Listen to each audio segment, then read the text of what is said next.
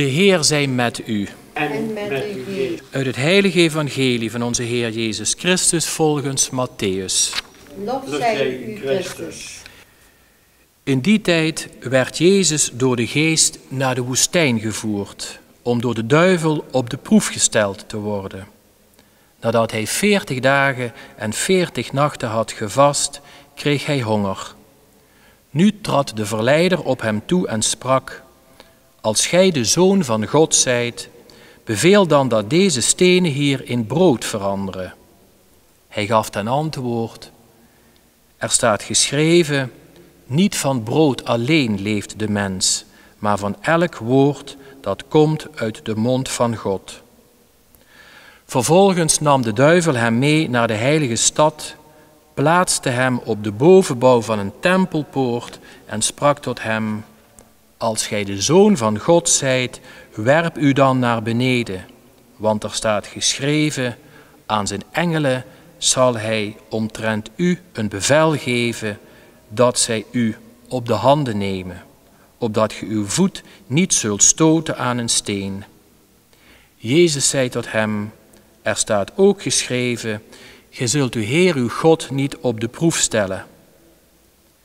Ten slotte nam de duivel hem mee naar een heel hoge berg, vanwaar hij hem alle koninkrijken der wereld toonde in hun heerlijkheid. En hij zei: Dat alles zal ik u geven, als gij in aanbidding voor mij neervalt. Toen zei Jezus hem: Weg, Satan. Er staat geschreven, de Heer uw God zult gij aanbidden en hem alleen dienen. Nu liet de duivel hem met rust en er kwamen engelen om hem te dienen. Zo spreekt de Heer. Een God boven ons, of willen wij zelf God zijn? Hoe zien we deze wereld? Hoe zien we onszelf? Is er een plaats voor een God in mijn leven, die het vervolgens ook voor het zeggen mag hebben? We zeggen dat zo gemakkelijk, iedere zondag weer. Ik geloof. Maar in de vaste tijd is er voor ons allen een opdracht om eens wat aan reflectie te doen. Waar blijkt dat uit? God boetseerde de mens uit het stof van de aarde in de eerste lezing. Ge denkt dat gij stof zijt en tot stof zult wederkeren. Het askruisje op Aswoensdag. Ons geloof is daarin niet zweverig, maar staat met beide benen op de grond. Beste mens, wie denk je wel dat je bent? Voordat je het in de gaten hebt, moet je je koffers definitief pakken op deze wereld. Je hebt je niet zelf gemaakt, je hebt je ook niet zelf het leven gegeven, maar je hebt het leven ontvangen. En hij blies hen de levensadem in de neus. Zo werd de mens een levend wezen.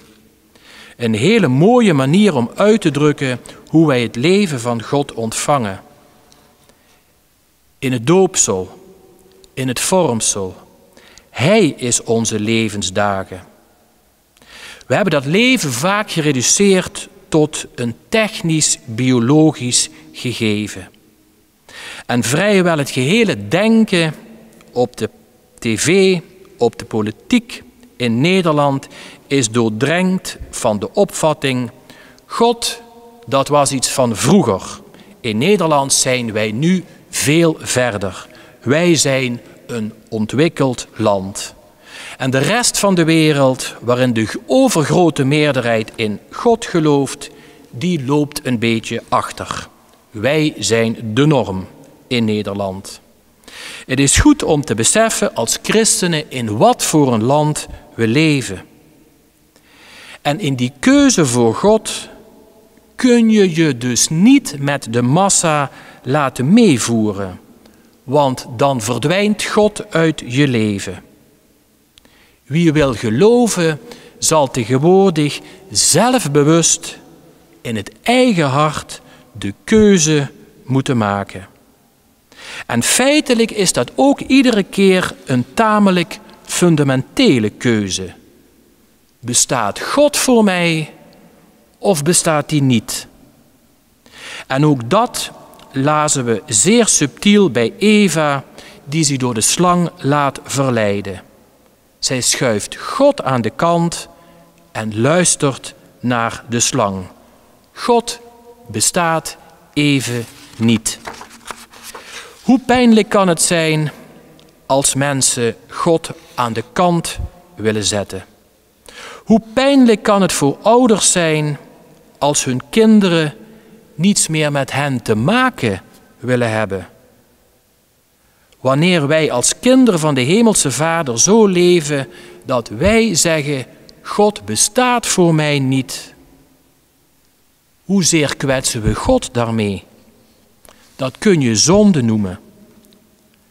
De mensheid, zo schrijft Paulus vandaag in de Romeinenbrief, heeft zich een eeuwige zonde op de hals gehaald en Christus heeft ons daarvan verlost. Hij heeft zijn bloed vergoten als zoenoffer. Dat is de kern van onze verlossing. Concreet mogen wij in deze vaste tijd Christus navolgen die de zonde heeft weerstaan. Hij heeft die net zoals u en ik gekend. Hij is niet vrij van die beproevingen. Stenen in brood veranderen. Hij doet het niet. Belangrijker dan brood is het woord van de Heer voor hem. Boven op een dak gaan staan en je naar beneden gooien. Wat een onzin, zo'n voorstel. En ten derde de bekoring van de macht in ruil voor het aanbidden van de duivel zelf. Zinloos ten top. Jezus houdt vol en de duivel druipt af. De 40 dagen tijd is niet de tijd waarin Jezus 40 dagen in een hangmat heeft gelegen onder een palmboom met in de schaduw een krat pils.